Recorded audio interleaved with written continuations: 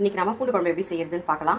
அதுக்கு நான் வந்து ஒரு 2 பல்லு பூண்டு, பெரிய பூண்டு எடுத்து நல்லா உரிச்சு வச்சுருக்கேன். கிட்டத்தட்ட ஒரு 20 பல்லுக்கு மேலே இருக்கும். உரிச்சு எடுத்து வச்சுருக்கேன். இதை வந்து நீங்கள் தண்ணியில் போட்டு நல்லா வேக வச்சு எடுத்துக்கலாம். இப்போது நம்ம அடுப்பு பற்ற வச்சு கடாய் வச்சுக்கலாம். முதல்ல தாளிப்பு கொடுத்துடலாம். பூண்டு வேகிறதுக்குள்ளே நம்ம தாளிப்பு கொடுத்துடலாம். எண்ணெய் ஊற்றிக்கலாம் கடாயில். நான் இன்றைக்கி நல்லெண்ணெய் எடுத்திருக்கேன். ஒரு 1.5 டேபிள் ஸ்பூன் போட்டிருக்கேன். நான் இன்றைக்கி செய்ய போகிறது வந்து 3 பேருக்கு செய்ய போகிறேன். வடகம் போட்டு தாளிச்சிக்கலாம். வடகம் இல்லைன்னா கடுகு வெந்தயம் கூட போட்டு தாளிச்சிக்கலாம், ஒன்றும் தப்பு இல்லை. வடகம் நல்லா புரிஞ்ச உடனே நம்ம இப்போ இதில் சின்ன வெங்காயம் சேர்த்துக்கலாம். சின்ன வெங்காயம் இல்லைன்னா பெரிய வெங்காயம் சேர்த்துக்கலாம், தப்பு இல்லை. அது கூடவே ஒரு 10 பல்லு பூண்டு சேர்த்து வதக்கிக்கலாம். பூண்டு நல்லா வெங்காயமும் பூண்டும் நல்லா வதங்கிடுச்சு. நம்ம கருவேப்பிலை சேர்த்துக்கலாம். தக்காளியும் சேர்த்துக்கலாம். நல்லா வதங்கட்டும்.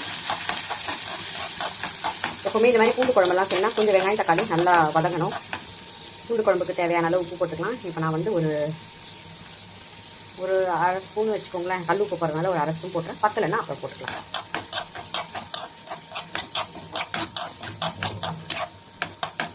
இன்னைக்கு ஒரு எலுமிச்சப்பழ அளவுக்கு புளி எடுத்திருக்கேன். இதுக்கு நடுவில் பூண்டு நல்லா வெந்துருச்சு. இப்போ இந்த தண்ணி நம்ம வேஸ்ட் பண்ண வேணாம், குழம்புல ஊற்றிக்கலாம். வெங்காயம் தக்காளி எல்லாம் நல்லா வதங்கிடுச்சு. இப்போ இது கூட நம்ம மிளகாய் தூள் சேர்த்துக்கலாம். நான் இன்றைக்கி ஒரு 2.5 ஸ்பூன் போட்டு போகிறேன். ஒரு 1/4 ஸ்பூன் மஞ்சள் தூள் போட்டுக்கிறேன்.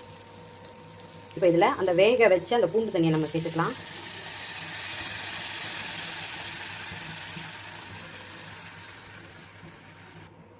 இப்போ இந்த குழம்பு நல்லா கொதிக்கட்டும். அதுக்குள்ளே நம்ம பூண்டையும் அரைச்சி எடுத்துகிட்டு வந்துடலாம். புளியும் கரைச்சி ஊற்றிடலாம். இப்போ நம்ம இதில் புளியை கரைச்சி ஊற்றிக்கலாம்.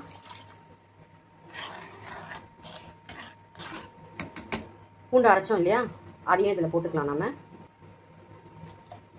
இப்போது இதை நம்ம நல்லா கலக்கி விட்டுட்டு கொதிக்க விடுவோம். குழம்பு நல்லா கொதிச்சுட்டு இப்போ இந்த ஸ்டேஜில் நான் இவ்வளோண்டு வெல்லம் தான் போடுறேன். இது ஒரு டேஸ்ட்டுக்காக. உங்களுக்கு வேணும்னா போட்டுக்கோங்க, வேணும்னா அவாய்ட் பண்ணிக்கோங்க. இந்த மாதிரி நீங்கள் பூண்டு குழம்பு அரைச்சி ஊற்றி வச்சு கொடுத்தீங்கன்னா குழந்தைங்க பூண்டெல்லாம் தனித்தனியாக எடுத்து வைக்காமல் இருப்பாங்க. அவங்களுக்கு சத்தும் கொஞ்சம் வயிற்றுக்குள்ள பூண்டினுடைய சத்துக்களும் நம்ம குழந்தைங்களுக்கு போன மாதிரி இருக்கும். இந்த பூண்டு குழம்பு கூட லைட்டாக கொஞ்சம் பெருங்காயம் சேர்த்துக்கோங்க, ஃப்ளேவர் நல்லாயிருக்கும். இந்த பாருங்கள், பூண்டு குழம்பு நல்லா அழகாக எண்ணெயெல்லாம் பிரிஞ்சு ஸ்லோவில் வச்சு கொதிக்க வச்சுருக்கேன். கரெக்டாக ரெடி ஆகிடுச்சு. இப்போது இது கூட நீங்கள் சைட் டிஷ் வந்து வெஜ் ஆம்லேட்டு, முட்டை ஆம்லேட்டு, முட்டை, கேரட் கோஸ் பீன்ஸ் பொரியல் எது வேணால் வச்சு சாப்பிடலாம். டேஸ்ட் அட்டகாசமாக இருக்கும். நீங்கள் இந்த பூண்டு குழம்பு செஞ்சு பார்த்துட்டு உங்களுடைய விருப்பத்தை கமெண்ட்டில் சொல்லுங்கள். அப்படியே என்னோட சேனலை சப்ஸ்கிரைப் பண்ணிக்கோங்க, லைக் பண்ணிக்கோங்க. தேங்க்ஸ் ஃபார் வாட்சிங்.